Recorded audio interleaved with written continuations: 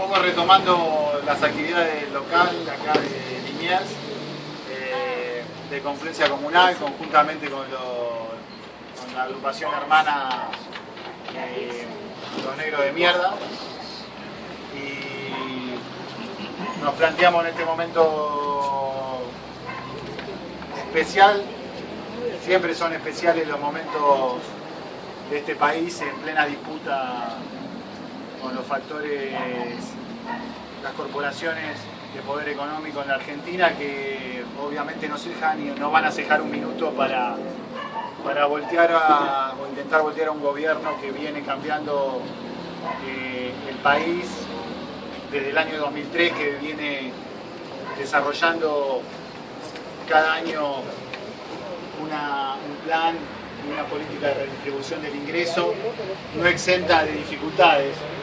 Por eso hoy mejor que nunca, la idea de los compañeros es salir a la calle. Estamos fuera del local con mucho calor, pero la idea es salir a la calle de aquí en más. Mañana hay una actividad de Todos Unidos y Organizados de la capital, acá en la Comuna 9 también, en los supermercados, atendiendo y viendo cómo los supermercadistas manejan el tema precios cuidados. Vamos a estar en el coto de General Paz y Emilio Castro, en el Carrefour también de la zona de Vélez Arfiel.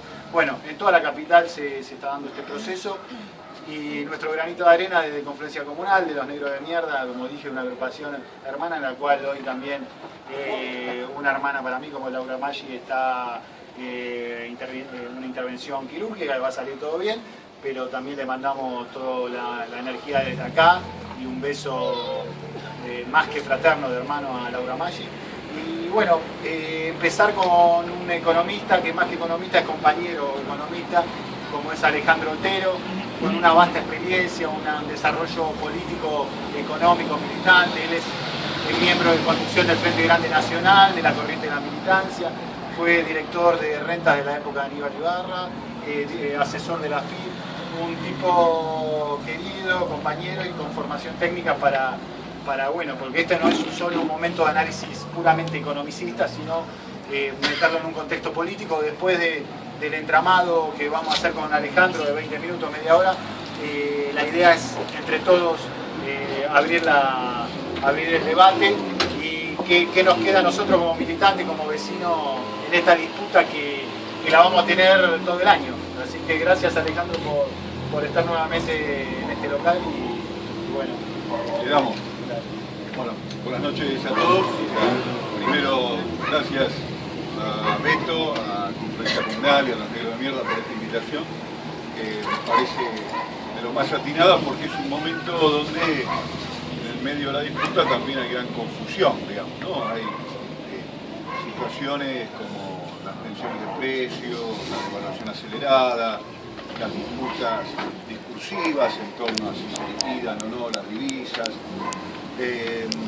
las exportaciones, etcétera, que generan gran confusión, y entonces conviene hacer una reflexión conjunta, y ese es el objetivo de esta charla. Así que, como decía Beto, yo voy a dar un encuadre, digamos, mi mirada sobre lo que está pasando, y en todo caso después intercambiamos y reflexionamos colectivamente. ¿Okay? En primer lugar, vamos a hablar de economía, sí, pero a sabiendas de que el momento que vivimos no es un momento que se explica por lo económico. No es que no haya problemas o fenómenos económicos que se estén manifestando en esta coyuntura, pero es un momento esencialmente político. El problema es político, no es económico. ¿Por qué digo esto? Bueno, muy sencillo de explicar. La Argentina tuvo recurrentes crisis a lo largo de su historia por lo que se llama la restricción externa, es decir, porque tenía escasez de divisas, insuficiencia de divisas para poder abastecer un proceso de crecimiento que tiene una industria que demanda insumos y bienes de capital importado, que hay que pagar con divisas, para poder sostener el nivel de crecimiento. Tuvo muchos momentos recurrentes a lo largo de la historia donde eso pasó, había escasez de divisas. Este momento no es así. No hay en este momento escasez de divisas. Divisas hay. Lo que pasa es que quienes las tienen no las quieren liquidar, porque las tienen en mercadería, los famosos hilo bolsa, o la tienen en efectivo, la tienen en billete y no la quieren liquidar porque sencillamente están especulando con un momento donde obtengan más pesos por cada unidad de divisa que ellos tengan para ellos. ¿Se entiende la diferencia? No es que faltan divisas, es que el que las tiene no las quiere liquidar. Entonces, si el que las tiene no las quiere liquidar, lo que tenemos es un problema político, no un problema de escasez económica. Segunda explicación, pero en línea con la anterior, que va contra el otro fenómeno fuerte. Tenemos una tensión de precio importante, tenemos una situación inflacionaria. Ahora, si tenemos una situación inflacionaria en un contexto donde ha habido una tasa de ganancia muy importante en manos del empresariado más concentrado en la Argentina durante los últimos años, si tenemos un fenómeno donde la presión inflacionaria está dada porque esos sectores buscan capturar la mejora en la capacidad de consumo vía precios y no a través de la ampliación de la oferta. Es decir, no es que ponen a disposición de los argentinos más bienes, más servicios, más alimentos, más automóviles, más cigarrillos, más celulares, más Coca-Cola, más mesas, sillas y casas. No, sino que las mismas las quieren cobrar a precios más caros cuando hay condiciones para poder invertir, y lo que hacen no es invertir, sino incrementar los precios, no invierten, no amplían la oferta, sino que lo que incrementan son los precios, lo que tenemos es un problema político. Hay condiciones para invertir, pero lo que tienen que invertir no lo hacen. ¿Qué hacen? Revientan los precios. Y entonces eso es un problema político, no es un problema económico. ¿Se entiende? Pero digo, es un momento esencialmente político, donde los fenómenos económicos que vemos, las tensiones sobre el tipo de cambio, las tensiones sobre los precios, expresan ahí en lo económico una disputa que es tópica. Y entonces conviene explicar desde una perspectiva económica cuál es esa disputa, para entender qué es lo que está detrás de estas tensiones sobre precios y demás.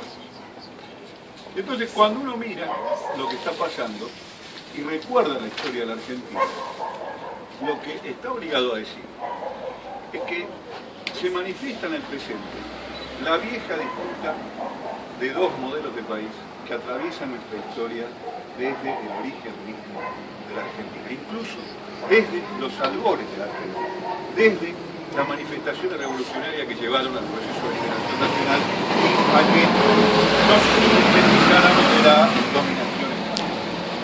¿Cuál es la disputa?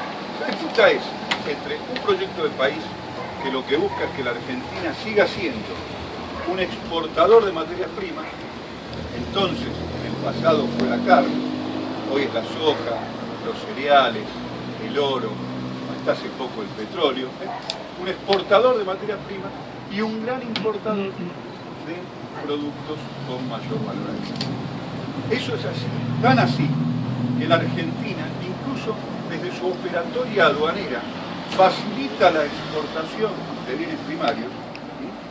Los exportadores hoy tienen los dólares, no solo porque allá a principios de los 90 Felipe Solá y Menem destruyeron las juntas nacionales de granos, las juntas reguladoras de granos que habían creado los conservadores, sino también porque los grandes exportadores tienen sus propios puertos, administran sus propios puertos. Lidera, Cargill, tiene sus propios puertos. Fíjese hasta qué punto se facilita la exportación de materias primas. Lo mismo pasa con las mineras. Y también se facilita la importación de bienes con mayor valor agregado. Si alguno de ustedes pasa por lo que llamamos el puerto, que en realidad son dos puertos, las 5 terminales que tenemos ahí, detrás de Puerto Madero, pero también las que están en Dorsal, van a ver, si pasan por la autopista que va, por ejemplo, sale el Riachuelo para La Plata, hacia un lado ven la cancha de Boca, no es lo nuestro eso. Hacia el otro lado van a ver un montón de containers. ¿Qué son esos containers? ¿Qué hacen ahí esos containers? ¿Algún avión pasó por ahí? Sí. Son miles de containers. ¿Qué hacen ahí? ¿Cómo llegaron ahí? Algunos pueden pensar, bueno, es el tema de las descayas, por eso se quejan los importadores, porque no pueden importar. No, parte es eso. Pero mucho de eso es anticipo de importaciones. Anticipo de importaciones que se usan en la plataforma argentina como extensión de la plataforma continental de otros países y permanecen depositadas ahí a modo especulativo, buscando el momento de terminar el proceso de importación. Porque nuestros procedimientos de exportación permiten que eso sea así. Entonces, facilitamos la exportación de materia prima, facilitamos la importación de bienes de mayor valor agregado. Ahora eso sí, traten ustedes de exportar bienes de mayor valor agregado de la Argentina. Nuestra propia operatoria, logística y aduanera, le pone un sobrecosto tal a eso, que lo hace poco competitivo en el mundo. ¿Eh? Y después discutimos el tipo de cambio, pero la competitividad internacional se da por el tipo de cambio, pero también por la logística. Si yo igual que en el siglo XIX, exportar la fruta del valle, o el tabaco de Misiones, o los arándanos de Tucumán, tengo que venir al puerto de Buenos Aires, tengo un sobrecosto. Entonces, tenemos una estructura que tiene que ver con un país que desde siempre busca que la Argentina sea un país exportador de bienes de bajo valor agregado, de materias primas, que hoy además en el mundo, como nunca, tienen valores extraordinariamente altos, y seamos un importador de bienes de mayor valor. Ese país es un país posible. Es además un país que económicamente es exitoso, en el sentido de que genera crecimiento económico. Ahora, es un país para poco. Lo que ese país no genera es inclusión, porque todo este dispositivo de exportar materias primas e importar bienes de mayor valor agregado, lo que no genera es empleo, o al menos no genera empleo para 40 millones de habitantes. Recuerden ustedes, Martínez de Oz, que defendía ese país, uno de los paradigmas históricos de la defensa de ese tipo de modelo de país, decía, allá bajo el amparo de la dictadura más salvaje que tuvo la Argentina, este es un país para 10 millones de habitantes, y entonces éramos 30, ya sobrábamos 20, ahora sobrábamos mucho más. Pero ese país es un país viable, es un país que genera crecimiento económico, lo que no genera es empleo. Que ha sido el modelo de país que ha predominado a lo largo del mundo. Y tiene todo un sector minoritario desde el punto de vista cuantitativo, pero poderoso desde el punto de vista económico, que vive al amparo de ese país y sostiene ese modelo de país, que después vamos a analizar con mayor detalle. El otro es el modelo que se ha venido impulsando durante los últimos 10 años bajo el gobierno de Néstor Kirchner, el gobierno que defiende la mayoría popular. Un modelo de país donde, además de aprovechar esa ventaja competitiva que tiene la Argentina, genera industrialización, expande el mercado interno, expande el empleo, expande la capacidad de consumo y en definitiva garantiza un estadio de confort y prosperidad a los 40 millones. Pero para que haya prosperidad para los 40 millones argentinos tiene que haber laburo para 40 millones argentinos. Y para que haya laburo para los 40 millones argentinos tiene que haber producción local. Si no hay producción local, si no hay proceso de industrialización, si no hay proceso de crecimiento, entonces no hay prosperidad para 40 millones. Esos dos modelos de país son los que hoy vuelven a confrontar y son los que se están expresando en estas tensiones históricas. Es una discusión, insisto, se remonta a los orígenes y se vuelve a expresar en el presente. Es una discusión muy importante, en primer lugar porque yo digo, y lo digo con optimismo, y ahora voy a tratar de fundamentar por qué digo esto. Es bueno que estas tensiones existan, porque quiere decir que los que estamos defendiendo este modelo de país, estamos en la conversación, estamos en la discusión. Hubo otro momento de la historia donde no estábamos en la conversación. O estábamos en el exilio, o estábamos en el silencio, o estábamos en la derrota militar, porque ni siquiera se podía gozar este tipo de idea, o no había fuerza política. Hoy esto se puede discutir, y además hay fuerza política. ¿Qué quiere decir que hay fuerza política? Quiere decir que hay actores sociales y populares que están dispuestos a defender. Entonces, es bueno que esta discusión se dé. Segunda cuestión, esta disputa se puede ganar. Nos presentan a estos actores que están dando la puja por el lado del modelo del país, conservador, chiquito para poco, como actores muy poderosos, la verdad que lo son. Videra, Cargill, Bunge, La Pelota, digamos, son actores económicos con un poderío y un alcance global de sus operaciones económicas y financieras tremendo. Tienen una fuerza muy importante. Pero nosotros, con toda nuestra debilidad y nuestros errores, tenemos una fuerza importantísima, tenemos el gobierno. Y no es poca cosa. El Estado argentino y el gobierno de Cristina tienen recursos suficientes para enfrentar esta puja con posibilidades de éxito. Y a mi modo de ver, están actuando de modo muy razonable. Empezamos con la conversación.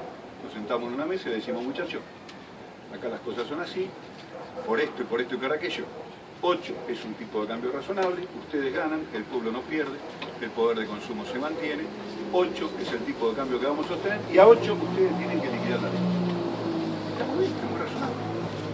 Si los tipos dicen que no, tienen muchas cartas para jugar el gobierno hasta llegar en última instancia a nacionalizar el comercio exterior y terminar la discusión de cosas. Pero desde el conversar y decirle, mire muchachos, liquiden, porque esto se va a sostener así, no especulen más, porque no nos van a mover de este punto, lo que teníamos que hacer, ya lo hicimos, el aceite que había de Cristina, de que no le va a temblar el pulso en usar herramientas de mayor densidad política e institucional si hace falta usar. Y de hecho la hace. Entonces, esta batalla se puede ganar porque hay condiciones, porque además hay condiciones objetivas.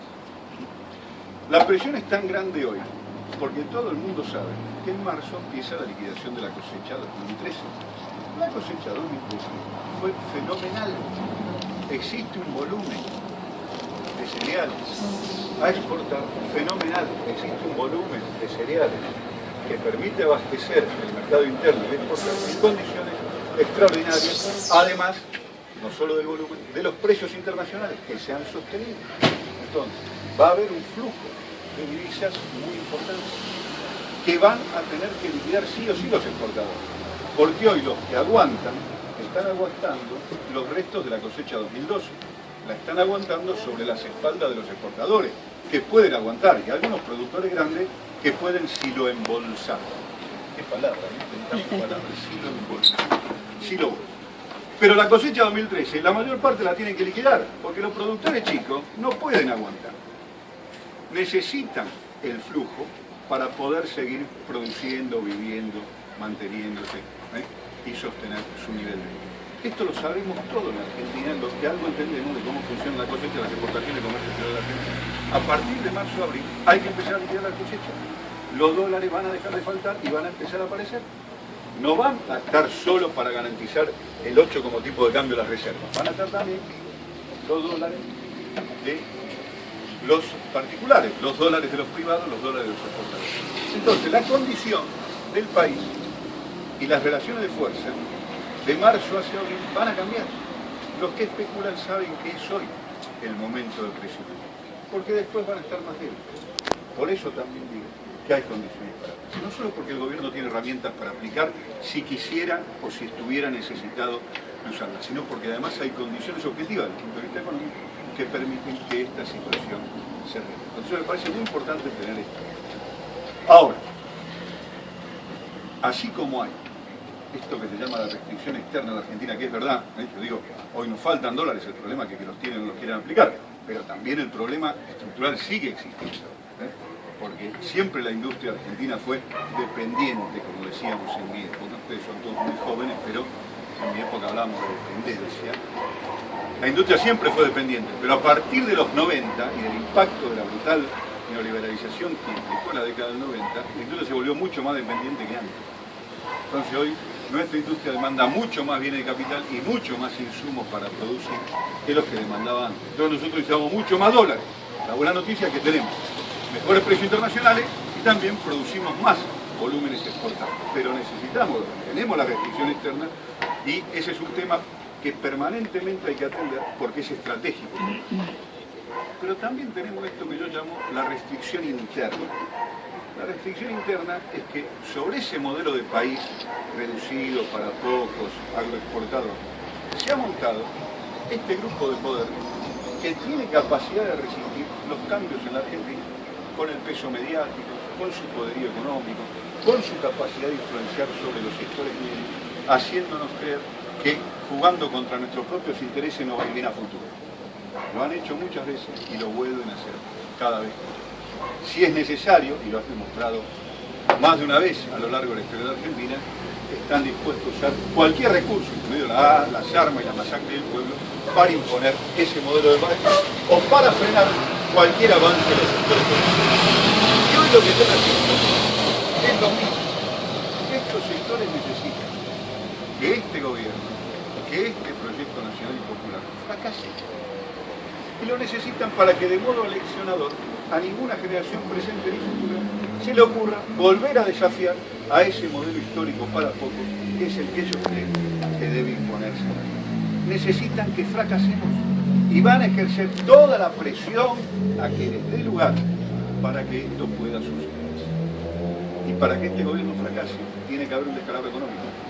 Por eso van contra el tipo de cambio, por eso van contra los precios y por eso van a ir ahora a alentar en que las paritarias se genere o se prenda fuego la plata. Y están promoviendo paro general para marzo, lo cual sería un verdadero problema, porque si la situación ya se traslada al movimiento obrero, estamos en un problema serio. Presionan entonces con todas las armas que tiene, porque necesita que este gobierno fracase, y para que fracase tiene que haber descalabro económico. Y además, para que fracase, tiene que haber escándalo. Por eso los linchamientos mediáticos que vemos, más allá de las virtudes, ¿no?, que pueda tener un funcionario compañero, los linchamientos mediáticos son permanentes, porque la fórmula de que un gobierno, un proyecto político fracase en la Argentina, la historia ha demostrado cuál es. Descalabro económico y escándalo de corrupción y falta de transparencia. Ahí van, hacia ahí van y hacia ahí van. Esto es necesario tenerlo claro y es por eso que digo, vivimos un momento político y no un momento esencialmente. Último comentario con esto. Ahora, esto que nos pasa en la Argentina, o al menos esto que yo veo y creo que es lo que nos está pasando en la Argentina, ¿es algo que está pasando solo en la Argentina? No. Yo vengo de una reunión que se hace habitualmente cada tanto en distintos países de la región. Fines de 2013 se hizo en Cuba, en La Habana, con compañeros de Uruguay, con compañeros de Brasil, con compañeros de Bolivia, de Ecuador, en fin, con compañeros que son parte de distintas expresiones de los proyectos populares y anti-neoliberales que se han erguido en América Latina en los últimos años. Esto está pasando en toda parte, muchachos. En toda parte se está discutiendo de qué manera continúa el proyecto político. Y en todas partes están apareciendo las restricciones de fondo que cada país tiene a su manera para poder continuar un proceso de crecimiento, de prosperidad, de mejora en la distribución del ingreso, de expansión de la producción, de expansión del mercado interno, de expansión de la capacidad. En Brasil, en Uruguay, en Chile, en Ecuador, en Bolivia, en Venezuela, la pregunta es la misma. No es casual esta resistencia que aparece en Argentina y en simultaneidad en la región. Tiene que ver con el proceso de reconfiguración a nivel mundial del capitalismo de la crisis de 2008 y con el nuevo rol que Estados Unidos quiere jugar y donde no tiene ningún interés en que estos proyectos populares se consoliden con soberanía y autonomía política como no lo ha tenido nunca a lo largo del tiempo. Nosotros hemos desafiado a nivel regional, internacional y a nivel local los poderes establecidos. Bueno, muchachos, cuando uno desafía, se produce la tensión. La buena noticia es que, insisto, por lo que expliqué sucintamente, en todo caso ahora en el intercambio lo profundizamos, esta batalla se puede ganar. Bueno.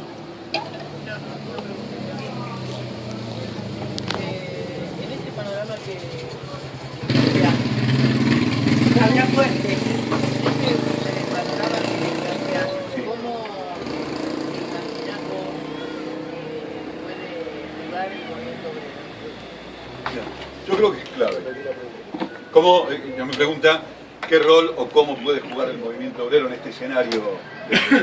Una pregunta, esto es clave, yo lo insinuaba cuando decía, hay sectores que están del movimiento obrero y de la oposición que están promoviendo el paro general para marzo. A ver. Es más o menos la inquietud de los cuantos. En primer lugar, yo creo que el movimiento obrero argentino en los últimos años ha mostrado dos grandes virtudes. Una capacidad fenomenal para recomponerse como movimiento obrero. En la década del 90 diezmó al movimiento obrero argentino en sus organizaciones y en su poderío económico, político y ciertamente sindical, hasta desprestigiarlo y terminar siendo uno de los sectores más desprestigiados de la vida del país. Yo siempre digo, yo y debe ser la experiencia de muchos de los que estamos acá, veraneé y conocí el mar gracias al movimiento obrero y los planes de turismo sindical. Mis hijos nacieron gracias a la cobertura sindicales en los hospitales. Sin embargo, el sindicalismo es mala palabra. Y eso creo que es la historia mayoritaria del sector de medio en la Argentina. Entonces, dio muestra de poder recomponerse desde el punto de vista de su poderío, eso me parece muy importante, y eso ha permitido sostener y mejorar la posición de los trabajadores, y también ha dado una muestra de enorme responsabilidad en los procesos de negociación paritarios, que ha sido uno de los grandes logros de este gobierno que se han venido sosteniendo. Yo creo que va a actuar del mismo modo en esta país. que no se va a dejar tentar por los cantos de sirena de quienes quieren usarlo como punta de lanza de una batalla que no es la de los trabajadores. Pero el tema está en debate, no está claro todavía cómo va a jugar el movimiento. Ahora, yo creo que además tiene un rol muy importante. Y es un rol que al que no le estamos dando lugar. Yo vengo insistiendo hace tiempo en que está muy bien, como dijo Cristina el otro día, que los trabajadores vayan a controlar los precios. Que está muy bien que hagamos esta movida en los supermercados y en los distintos puntos de venta masivos del país para garantizar que los precios cuidados estén. Pero también estaría muy bien que los trabajadores, en este proceso de paridad, además de pedir salario, pidan acceso a la información de los costos de las empresas que producen bienes de consumo masivo donde ellos trabajan, donde ellos son trabajadores, productores y consumidores. ¿Por qué? Porque la mejor forma de controlar precios no es cuando los precios están en la góndola. Esa es una forma, es controlar la película del final de la película. Y también es bueno controlar la película cuando la película está produciendo. Porque una cosa es discutir precio cuando yo estoy ciego respecto a la estructura de costos. Y otra cosa es discutir precio cuando no sé cuál es la estructura de costos. Porque los precios pueden expresar incrementos porque se incrementaron los costos, y bueno, habrá que ver por qué y atenderlo, o porque hay un empresario vivo que lo que busca es mejorar su tasa de ganancia, aunque no haya tenido ningún incremento de costos. Ahora, ¿cómo tenemos acceso a los costos de las empresas? En buena parte del mundo esto está institucionalizado, es decir, en Alemania es tradición, hace más de 40 años, que los sindicatos acceden a la información de los costos y las condiciones internas donde trabajan, y en las negociaciones paritarias se negocia también la política de ingresos y de precios porque los trabajadores no importan. Históricamente, acá, los programas que recordarán algunos por ahí, los programas de Huerta Grande, de la CGT de los argentinos, siempre pidieron el acceso a la información. Y este es el gran temor de lo que el empresariado no quiere. Cuando el empresariado discutía que no se sentara un director con las acciones que tenemos de las empresas, lo que discutían no era que se sentara un director, sino que hubiera acceso a la información. A esto se puede. Y cuando uno le pide acceso a información, y cómo la información es pública, ahí está el balance que está publicado. No, flaco, yo soy contador. A mí no me vas a decir. El contador, el balance es una síntesis final. Yo quiero la información de la estructura de costos. ¿Cuánto pesan los salarios en la formación de este producto? ¿Cuánto pesa la energía? ¿Cuánto pesa la amortización del capital instalado? ¿Cuánto pesa la tasa de ganancia? ¿Entiendes? Porque así podemos discutir racionalmente y así podemos transparentar una decisión que justamente aquellos que piden transparencia nunca transparenten. Entonces digo, me parece que va a jugar de manera responsable, pero me parece que además tiene una oportunidad de jugar un rol histórico muy fuerte, ayudando a que se contengan los precios de una manera más eficaz de lo que hasta ahora lo venimos haciendo. Creo que sería muy bueno que desde muchos sectores políticos propusiéramos, muchachos, que en esta paritaria, además de pelear los salarios, no perder con la inflación, que siempre está muy bien, con responsabilidad, no explotemos la pradera, no pedir 60%, seamos locos, pidamos lo que corresponde, pero además pidamos, para eso está la paritaria, y las condiciones de trabajo que tenemos, acceso a la información. Creo que esta es una medida muy efectiva para controlar. Sí. Ana. Bueno, ese es un aspecto. Yo te quería preguntar con respecto a las pymes. Sí. O sea, si hay una cosa que hubo fue un gran desarrollo, ¿no es cierto?, la aparición nuevamente de la producción netamente argentina. Sí. Y en esta situación el tema de las pymes es que por un lado el abastecimiento de las materias primas para poder producir, ¿no es cierto?, y la mitad del desarrollo que ellos han tenido hasta ahora. Partiendo de que a nosotros nos desapareció prácticamente la industria, digamos, muchísimos, o sea, inclusive una industria que hasta exportaba fue desapareciendo totalmente.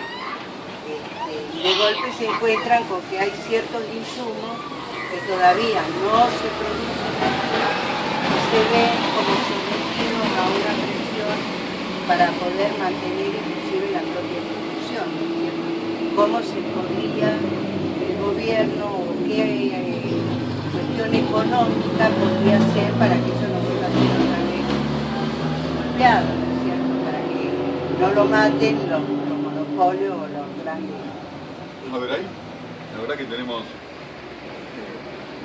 divisiones que en estos 10 años, hasta ahora venimos perdiendo una oportunidad, en dos sentidos.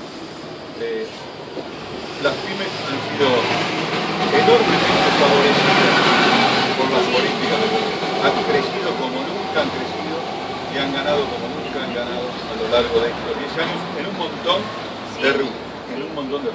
Sin embargo, fíjate vos, que a diferencia de lo que pasó en su momento con el peronismo, donde hubo un proceso de características semejantes, me refiero al primer peronismo, no se logró convertir a ese empresariado nuevo, emergente, en un actor político.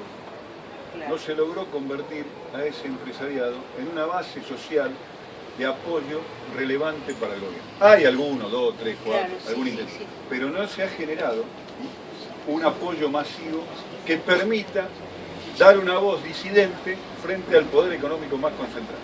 Hoy habla el poder económico más concentrado y parece que expresara a todo el empresariado, grandes, medianos y pequeños. ¿Por qué?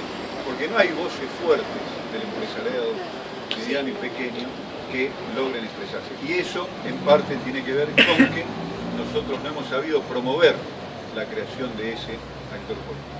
Es cierto que podría haber surgido espontáneamente, pero la historia del empresariado es que el empresariado no está para juntarse y asociarse porque el empresariado compite. Entonces es muy difícil que por cuenta propia se junten. Se juntan por un tema que los unifica, pero en realidad están todo el tiempo compitiendo entre ellos. Por lo tanto, si uno quiere convertirlo en un actor político, es el Estado el que tiene que, digamos, hacer algo para que eso suceda, porque espontáneamente el empresariado no tiende a ese tipo de gobierno. La otra oportunidad que nos hemos perdido es que no ha habido una política consistente hacia las pymes. La verdad es que, y esto hay que decirlo, hasta hace muy poco tiempo atrás, las pymes que el capital más para favor, en tanto el Estado podía, vía un proceso de negociación con esos sectores, llegar a acuerdos que establecieran los niveles de precios, salarios, inversiones. Y esto ha fracasado estrepitosamente y es parte de los problemas que vivimos. Ha sido un debate de muchos años al interior de nuestro gobierno, donde muchos compañeros honestamente pensaban que con el capital más concentrado el Estado argentino podía dialogar y podía establecer condiciones donde, aprovechando ese nivel de concentración, porque obviamente es mucho más fácil ponerse de acuerdo con 4 que con 4.000, esto va de suyo. Pero la realidad ha demostrado otra cosa. Estos compañeros que honestamente pensaban así, solían enrostrarnos a quienes pensábamos lo contrario, fijarte en el modelo coreano.